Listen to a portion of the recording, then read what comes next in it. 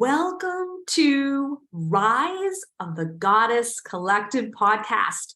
I am your host, Michelle Julian, your goddess guide. Today is a very exciting guest. I found out about her through another friend who posted on Instagram. I don't know if Christina even remembers how we got connected, but I saw her post and she said, my friend did a TED Talk, come listen to it. I listened to it and I was like, oh my God, I need to meet this woman. Everything she talked about in this particular TED Talk, I think the theme was loneliness, maybe.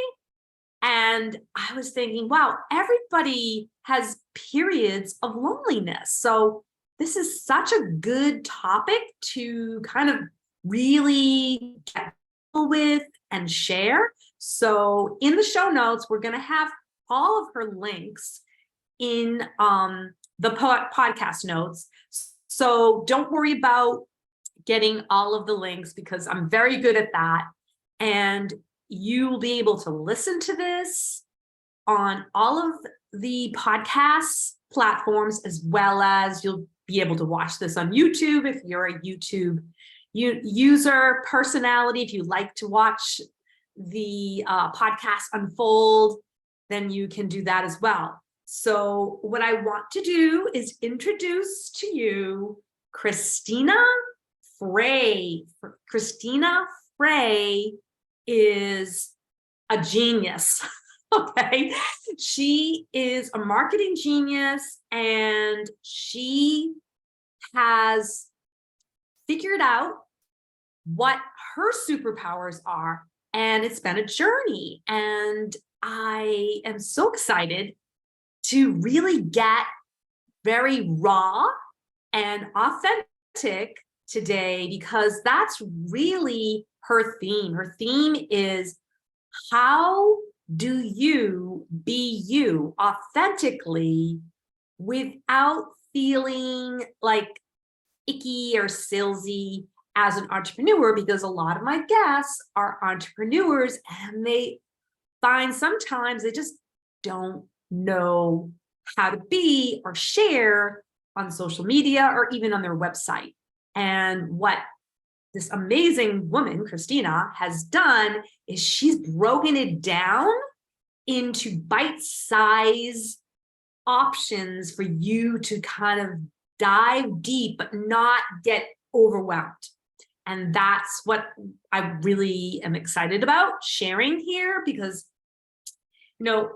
basically everything we do, we are always marketing, right? As an entrepreneur, but how do we attract who we really want to help? And I think that's what Christina has been able to do. So I just want to give you a rundown of her experience. Christina runs a boutique marketing practice where she helps solo businesses owners win at marketing by becoming authorities in their field with content-rich strategies. Her holistic approach grew out of a lonely, chaotic time when she moved to Boston to start her business. Out of this was born her marketing archetype system. Her 2022 TED Talk includes some of this journey. So that is a little short bio on Christina. Welcome to the Rise the Goddess Collective, Christina. I am so excited for you to be here. And I'm really excited for you to share your journey as a goddess, because that's the theme, right? It's all about owning who you are as a goddess and finding your superpower. And maybe your superpower changes like over the time that you start, actually teaching and guiding. So let's talk about your journey starting basically, let's just start with, I guess your first journey. I saw that you were on the Today Show. I checked that out. So that was back in 2012, 13-ish. 13-ish. Okay. So let's start there and share with the audience from 2012 to where you are now. And I'm sure you can do it because I have faith in you. Yeah, I mean, that was a great moment where I'd written a book for, let's say, 10 to 14-year-olds about the founding fathers and their humanity and leadership, which I'd been studying. I read like 40 books and then wrote that for a younger audience because I'd always had the impression that they were really irrelevant. They'd been dead so long, and in our diverse world, a bunch of old dead white guys, right? That's the trope. Like, what do they have to say? But after watching John Adams' HBO special, I was just blown away by like, oh my God, yes, of course, these guys are real guys. And I started studying and I became a youth speaker. And then I was invited onto the Today Show and NBC News, and I was on the History Channel a couple times, and just kind of like Lin-Manuel Miranda, like 1% of his enthusiasm. I mean, I had enthusiasm like him, but boy, does he express it in Hamilton. Like, it was that spirit of, oh my gosh, these people, like, what can we do with this jolliness and humanity and I don't know, just great wisdom through the pain of what they went through. So my answer to that was giving talks and writing a book and then getting on television for that. Mm. Well, that was a very exciting time for you.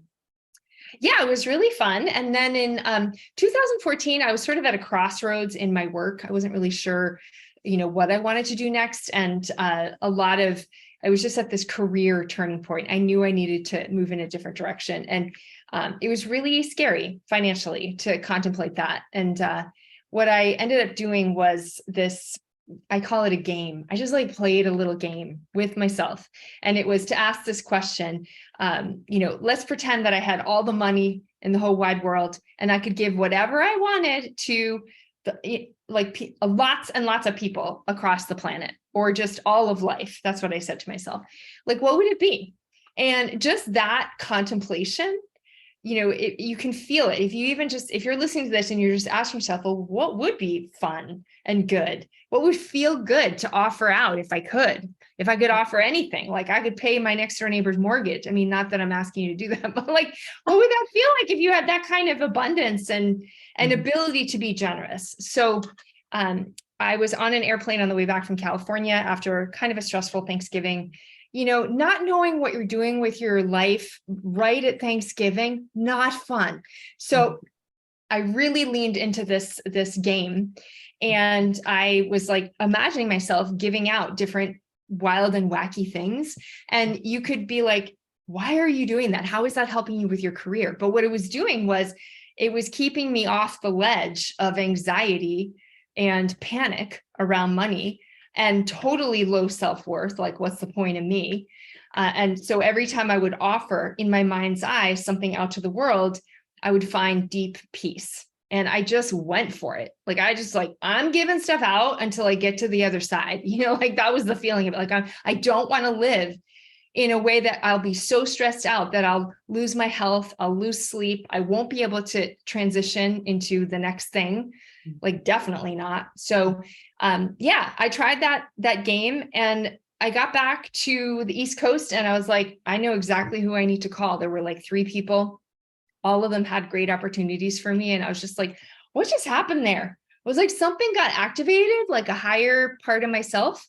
And, now I love to put language on it. Like, if there's this generous flow of life or reality or the universe, like, you just we all have our ways to tap into that. So this was my way to tap into it. And it really helped. And those jobs ended up paying my bills and clarifying, what I needed to do next. But at the same time, I was like, well, what if other people could benefit from this kind of game? Now I call it a practice, because you can kind of do it in 10 minutes. You don't need to spend a 9-hour plane trip doing it like I did.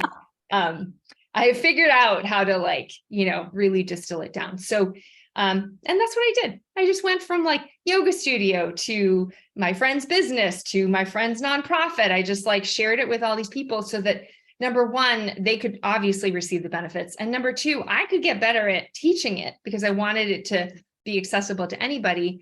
I'd had an extensive psychic training at the Berkeley Psychic Institute in Berkeley, California. And so like, I knew how to close my eyes for 3 hours and focus on energy. Like that was easy for me, but I wanted to know how easy it was for other people. So yeah, that was my journey. And kind of tying that up with a bow, I did a 40-person field study in 5 countries where I had people doing this practice for 30 days, and they just sent me videos on how it went. So it was like, me really understanding the impact on people, and also me really understanding like how people needed to receive it, like from me to really get the material. How do I teach the 3 levels that I had at the time? It was intense. So I'll just pause there because there's another piece to the story that's more on the marketing side, but like I've just talked for a while and I'll just pause. Any thoughts? Absolutely. So it really kind of reminds me of Brene Brown. Brene Brown, the Dare to Lead queen, that's very well known, that has done many of a TED Talk, has many, many books. I have actually gone through her Dare to Lead facilitator training as a leader that looks within and makes sure that they're nurturing themselves with compassion and understanding, and it's a whole language. And so it just kind of reminds me, parallel, I can see the similarities between, believe it or not, I know that you're thinking, Brene Brown, no, I don't think so.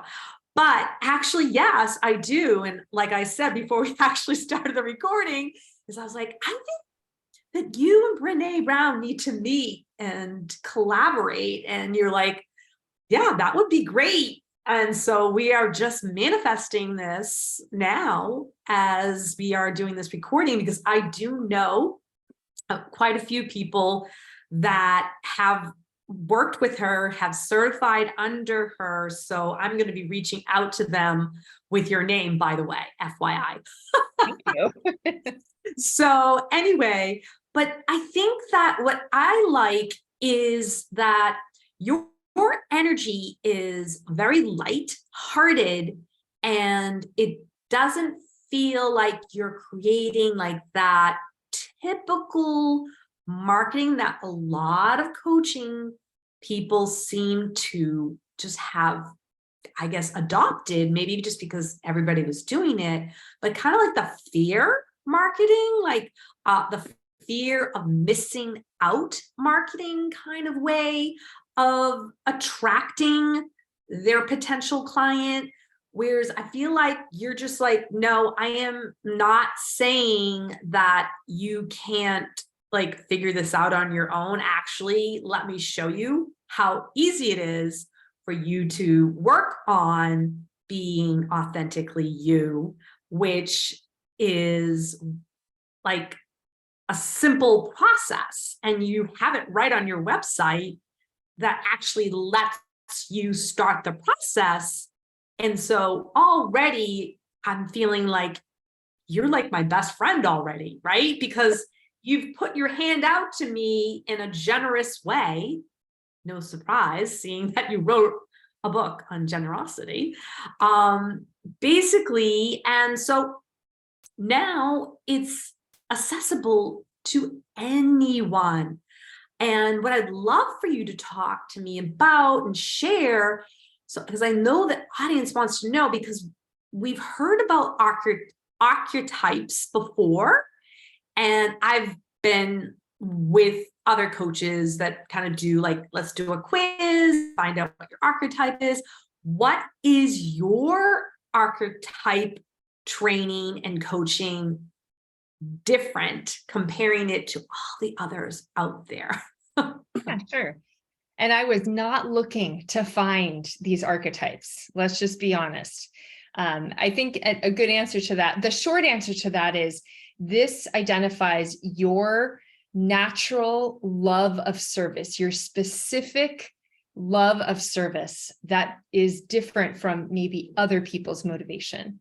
So that's, I call it like a marketing archetype. You could call it a service archetype or a communication archetype. It's like, how do you absolutely love making a difference in other people's lives, such that it gives you fuel to play the long game of marketing, right? Like So it. that's the short answer. I will tell you that here's my sneaky way of finding the original archetypes and how I identified the 5 categories now, which by the way are nurturers, adventure guides, door openers, steady presences, and celebrators. So I'm happy to share what those are. But what I did at some point, like after I was studying the generosity practice, I actually did another field study where I worked with 40 entrepreneurs, 40 business owners, to kind of slow down the entire mechanic of the generosity practice and go really deep. And what I mean by that is, like, let's say that I guide you, just you close your eyes and I guide you to this place that it feels the way it feels, like the way that you want it to feel when you're out there marketing your stuff, right? So it's a very intentional guided journey, exactly where you want to go, right? So there's that awesomeness. And then once you're there, because that can take a while to really define, then you turn around and you offer that experience, that vitality, that whatever it is that you're attaining when you get to that beautiful place, that signifies, again, your wanting to communicate with other people about the great work that you do, like that entire vibe, right? Like we all have that. We all have this. That's why I call it innate marketing genius. We all have this innate way of like, I'm just going to make things better for other people. That's the genius that I'm pointing to when I say innate marketing genius. And I always like to say, it's not me. I'm not the genius. Yes, I'm a smart person, but I'm really like, I'm pointing to everyone's innate genius, right? Okay. So then when I ask people to imagine that they can give the experience of this beautiful, wonderful place, because it's usually some place that they absolutely love to be in, and it's different for everyone. Some people, they go to a casino. I'm not kidding. Some people, of course, it's like top of the mountain overlooking the ocean, like just gorgeousness. Some people, it's in a sanctuary, like in an altar, a church or whatnot. So, and then you turn around and I have you offer it to other people. And in the offering, you make a lot of choices as to like what feels really beautiful. Like, how do you like to offer this incredible gift and experience to another human if you imagine them? And I'm totally just going right behind the scenes with what I do. Like, this is the secret sauce of everything I do. It's basically observing, okay, how is it that you like to offer things to people? Because when I have that conversation with anyone who walks through that journey, again, it's very unique to the individual. And my job is just to make it safe for you to go there and like have an honest experience. Like, so you might be the person who's like, all right, I'm on a mountaintop. It's really quiet up here. I need, like, it's the peacefulness that I want to share with everyone, that sort of inner peace. You could be a real estate agent and be at the top of a mountain. Like, it's not, you know, what do you call it? Like career specific or job specific. So that's what you're offering. And then you're offering it by, let's say you could beam it out to people like a vibe, or you could go over to them and give them a huge hug and give it to them. You could take them by the hand and have a party up there, right? Like every way of sharing is my sneak attack way of identifying like, what's your natural way of helping people? Mm-hmm. And so we have this like straight up conversation about like, all right, what just happened? You know, they open their eyes and we just talk about like, all right, what was that like for you? Here's what I noticed when you talked about what you did. That's me talking there. And we just come up with themes, and then lo and behold, like here's an archetype. Mm-hmm. Like you seem more of a, I mean, I come up with bazillions of them. They all land in the categories I already shared with you. Like you're a nurturer, but like you're a specific type of nurturer. So am I. I'm actually a nurturer too. Each person has a very deep, specific archetype that lands in one of those categories or across 2 of them. So that's what happened. I work with these 40 people and I'm like, wow, every single person has this thing, this way of being that fuels them, and they love it, and they're helping people and transforming lives, including their own. And, you know, what can I do with this stuff? And out of that was born the 5 archetype, because I noticed patterns and similarities, and then the assessment came, and now I just use it as a foundation piece and working with people, and they're identifying their messaging. And it's kind of like being a coach where you're like, you ask such good questions based on how much you know about your client, and like out comes the awesomeness. Like that's what I do all day long. It's like, I know how to get in there and be like, I know you, I'm just gonna like give you this awesome question. And then whoo, like, here comes the goodness. The floodgates open, right? And the wisdom that actually is created during that inquiry, it unfolds. And that's what I love about that whole method. And I think my audience is going to love it too once they experience it. So what would you say if you were to help someone that is not really any of those archetypes? Like, what if nobody falls into that category? What do you do for that person? Usually when I give talks out in public, there's always one person who raises their hand and says, what if I'm all five? Which is basically the same challenge, you know? Right. And I always like to back up a little bit and say, okay, first of all, I've never been in an audience where someone said, I'm none of these. It's always, I'm too many of them. Okay. I've literally never encountered anyone that says, nope, none of this resonates with me. Right. Never. That's never happened. I never thought about that. But yeah, because you know, when you first introduce something to the world, you're like, did I nail it? Or is there like a gaping hole here? And the gaping hole just never appeared. Cool. So I'm just going with it. Like, I'm going with the five. They seem to be all right.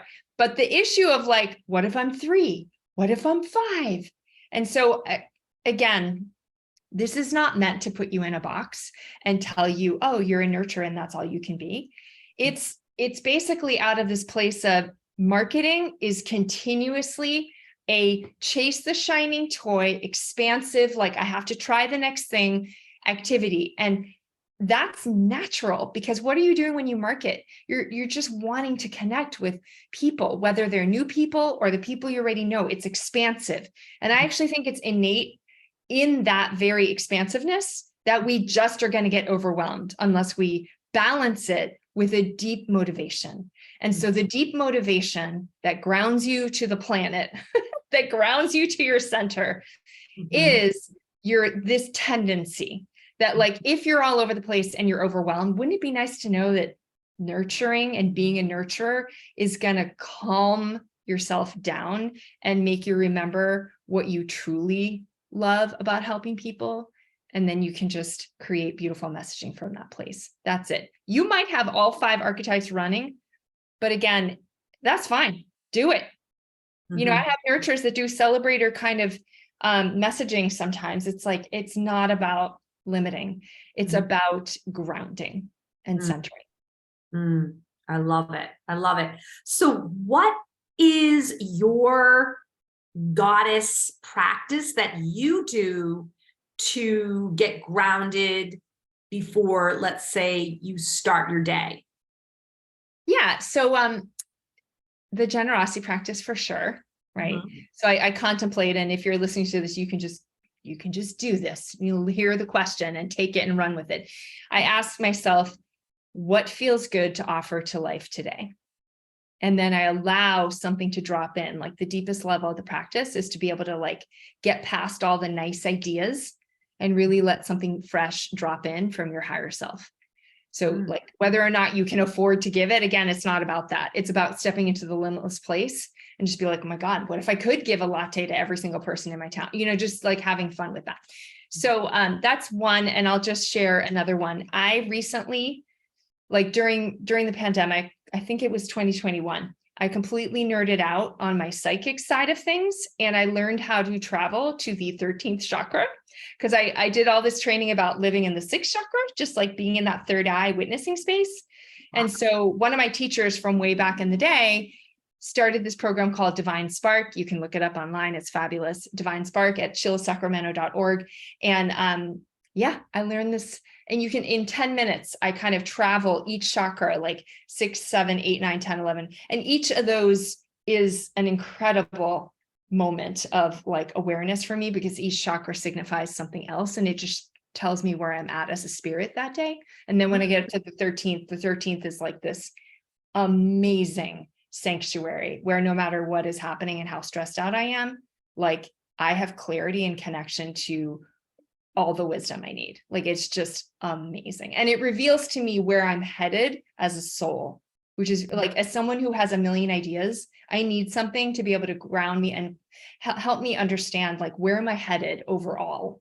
Mm-hmm. So it always, like, whenever I get up there, I'm like, oh yeah, that is sort of the deep need and longing in my soul right now. Okay, that's great. That's nice awesome to know. That's beautiful. I love that, because I really feel like a lot of times, when it comes to developing a practice of wisdom, I feel like people just don't really understand the power of that slowing down and what that means to your brain and your body, and what it allows that subconscious mind to be activated, so you can be told in a way that you're open to hearing it. Because if you were kind of just busy doing, let's just say you were just kind of like doing the dishes and washing, or whatever, your daily routine of your family, getting ready, and your subconscious was trying to talk to you, you're too distracted to hear what it is that higher self needs to share with you. And so I think it's great that you just gave that example of how you use the chakras, because the chakras can be very complex if you go through like the whole like chakra training. And a lot of, I think, entrepreneurs that probably are not like practice in the process of taking your chakras and then integrating them into your everyday life. It's not something that they're like, oh, I need to work with my chakras today. Well, okay, I don't know, everything about your audience, but I will say this, if you're listening to this and you're like, well, meditation, yes or no, should I try it? And I would just say, have you ever had an experience where it just felt like you stepped into a different realm of being that was like, you can't explain it? It's just sort of this level of grace that, whether it's the birth of your child or, right, like I remember back in the early 90s, I had this moment I will never, ever forget, where I don't know what, it felt like nothing activated. I was just hanging out on the floor of my apartment in New York City. And I just was completely feeling connected. It was like that Jill Bolte Taylor feeling where I don't know if you know that story, but she had a stroke and lost her left brain function. So she was in this, like, I'm connected to everyone. That's exactly how it felt like to me. And so that way of experiencing your life is incredibly nourishing, and it's clarifying, and it helps you feel like you're not alone. Mm-hmm. And I would just say, like, we've all had that. And wouldn't it be cool to just kind of step into that at will? Right. Because that's what meditation offers. The end. Exactly. It's finding your connection to self without all of the noise, right? And creating that and having tools for that can be so nourishing, like you said, in a way that you now realize it has to be part of your everyday practice, because if you're not doing it, you feel the difference. My husband and I, we are both meditators, and we met actually online. I attracted my husband, and he was very surprised that I even really kind of did any kind of meditation practice, because most people that he's met really don't really kind of do a practice of mindfulness. Let's just call it mindfulness. And so when we started dating, we actually started to meditate together. And over a period of time, I realized that a lot of my particular style of meditating was more entertainment like driven. And so working in a different realm of really going deep, like you're talking about, like a deeper meditation, like really going within and having those cues to go there was like a huge wake up call for me. And it really has changed my life, mentally, spiritually, and, even physically. Like I do everything now when it comes to mindfulness. Like I mindfully eat, I'm mindfully aware when I'm in a group of other people, whether it's like a party or I'm with my family. Am I interjecting too much? Am I talking over, people? And it was very, very interesting to actually just practice awareness with my own meditation mindfulness practice. And I'm just kind of curious for the audience to hear, like, because you've worked with quite a few people. You've got, I'm sure, quite a few clients that you've worked with your practices, the generosity and the archetype. What do you feel that you've seen has been like the huge shift for those people? I would say that, especially just related to marketing, the big shift is that sense of, I have something to offer out into the world that is really going to help people, rather than gross, pushy, just like I need to get my agenda out there and force people, which a lot of my clients are kind of concerned about. Like, I just don't want to be gross and manipulative in the way that I get my messaging out there.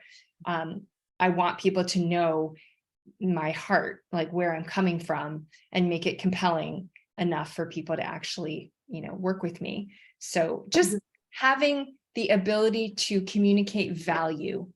Mm-hmm.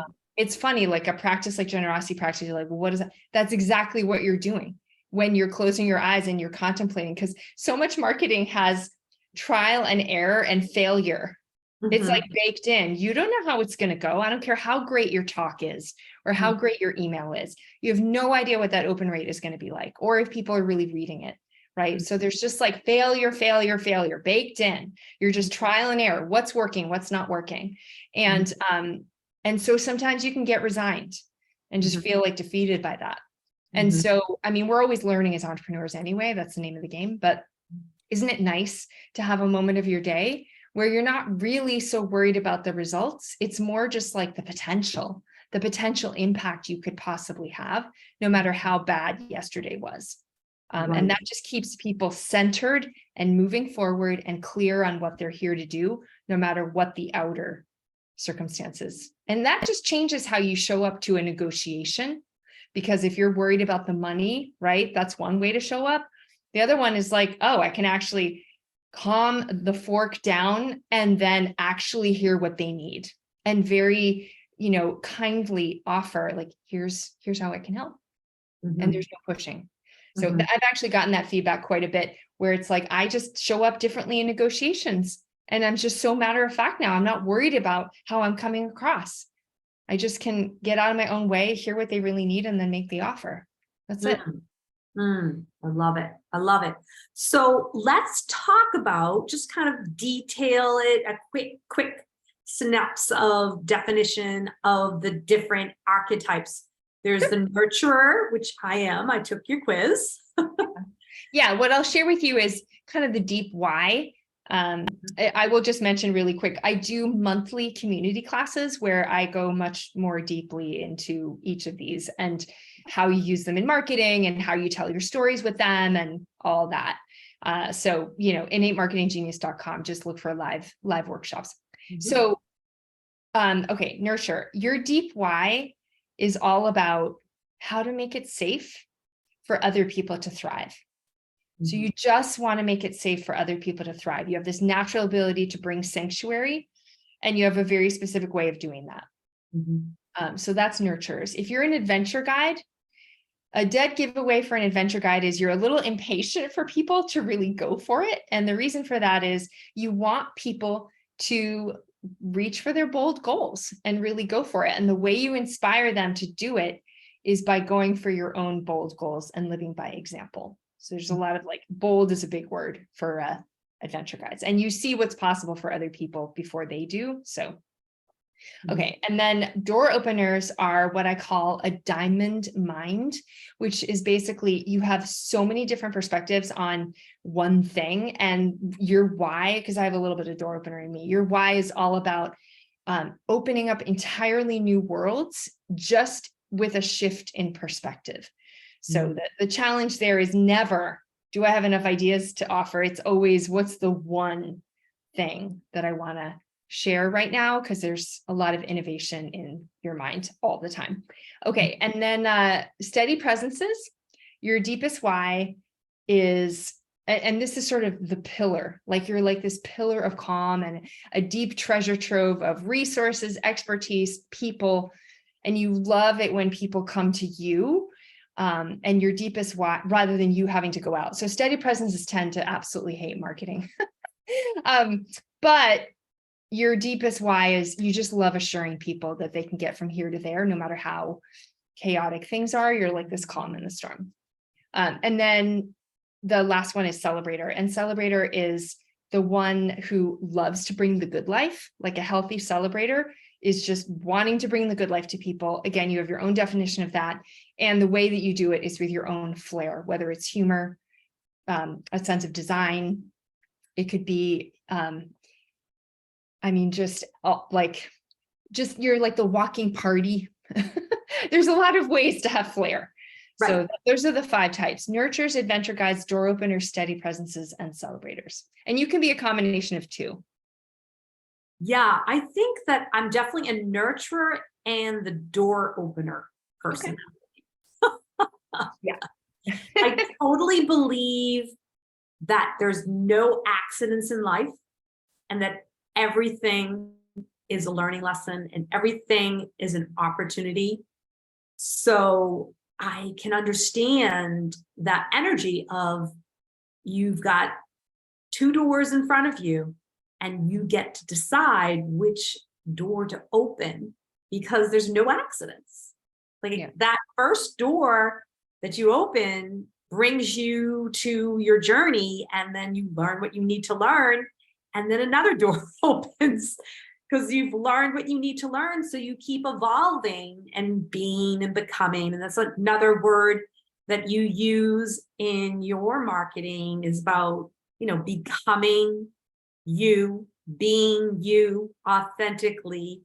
And I'm super excited about actually setting up a time with you looking at what I've created here out in the online world, because it's quite busy out here and it's very, very distracting at times. And so I think, my audience, there's a lot of people that are not only new to being online, but also seasoned entrepreneurs, part of the Goddess Collective of, supporting each other, raising each other up, and sharing each other's superpowers.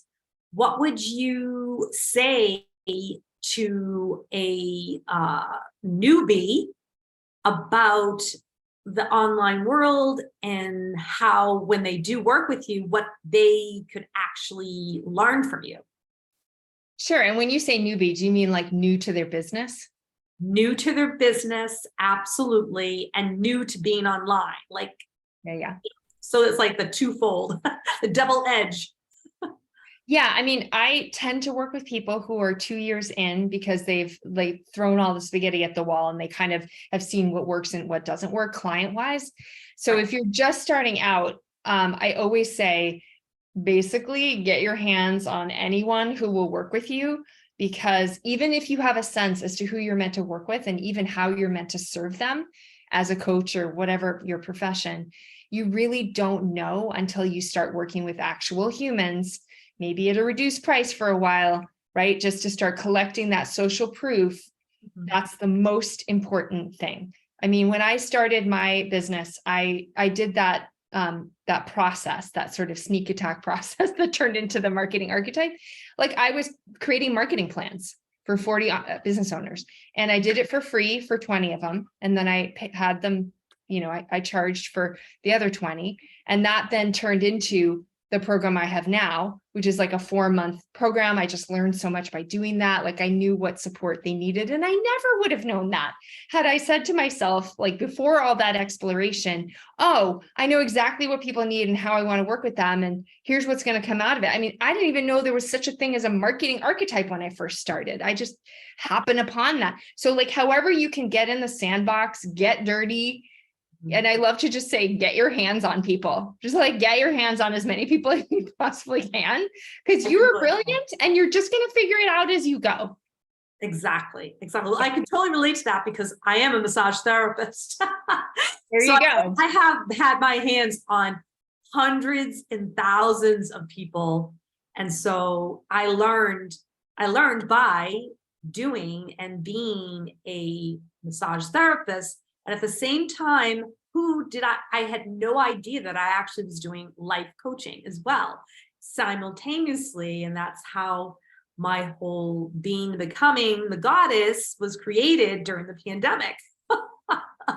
Nice. So, I mean, that's such a great example. And it's helping people that are new at, being an entrepreneur. Now, how about the seasoned entrepreneur that's been doing it for like, let's say they've been doing it for 2+ years, maybe 3 or 4, and they feel like, they're not inspired anymore. How would you work with someone like that? Right. I always like to ask the question, like, because this is sort of the if there were a problem to be solved, this is the problem I solve. It's you know what you're doing, and you know the kind of people that you really need to be serving.